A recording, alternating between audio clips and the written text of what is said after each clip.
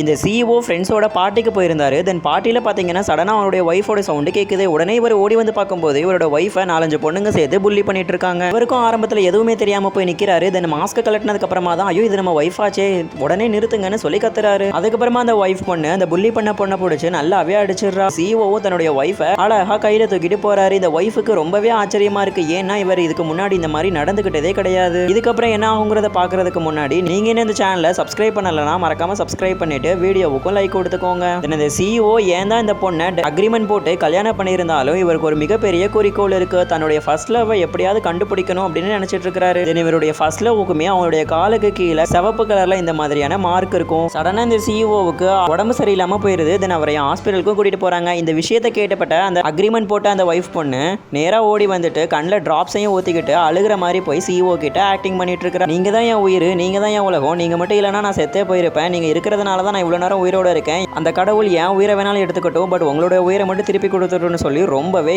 Over acting பண்ணிட்டு இருக்காங்க. இதை பார்த்து அந்த சிஇஓ ரொம்பவே ஷாக் ஆயிட்டாரு. தென் கடுப்பான இந்த சிஇஓவும் நீ கூட ஒய்ஃபா நடிக்கிறதுக்காக தான் இந்த அக்ரிமெண்ட் போட்டிருக்கேன், நீ மட்டும் ஓவர் ஆக்டிங் பண்ணினா அந்த அக்ரிமெண்ட்டை கிழிச்சு போட்டுட்டு உனக்கு ஒரு பைசா கூட அதை கொடுக்க மாட்டேன்னு சொல்லி மிரட்டிடுறாரு. சடனா லிஃப்ட்ல வந்துட்டு இருக்கும்போது லிஃப்ட்டும் வேலை செய்யாம ஆக்சிடென்ட் ஆயிருது. இதனால அவங்க 2 பேரும் உள்ளேயே மாட்டிக்கிறாங்க. 2 பேரும் ஒருத்தருக்கு ஒருத்தர் தான் சின்ன வயசுல நடந்த எல்லா விஷயங்களையும் சொல்லி ஷேர் பண்ணிக்கிறாங்க. அப்பதான் அவன் சடனா அந்த பொண்ணுடைய கழுத்துல இந்த சின்ன டாலர் இருக்கிறத பாக்குறான். இந்த டாலரை இந்த பொண்ணு குட்டி பொண்ணா இருக்கும்போது இந்த பையன் தான் அவங்களுக்கு கொடுத்துருப்பான். ஸோ அந்த டாலர் இப்போ தான் ஒய்ஃப் மேலே இருக்கிறத பார்த்து அந்த பையன் ரொம்பவே ஆச்சரியப்படுறான். தெரிஞ்சதுக்கு அப்புறமா அவன் முதல்ல கேட்குற கேள்வியை இவனுடைய டாலர் எங்கன்னு கேட்குறான். பட் அந்த பொண்ணுமே டாலரை பற்றி எதுவுமே சொல்லலை, நீங்கள் பார்க்குறதுக்கு ரொம்பவே மெஸ்ஸியாக இருக்கீங்க அப்படின்னு சொல்கிறான். அதுக்கப்புறமா இந்த பையன் ஒரு டையை கொடுத்து இதை என் கழுத்தில் கட்டி விடுன்னு சொல்கிறான். அந்த பொண்ணு அழகாக கட்டி விடுறான்.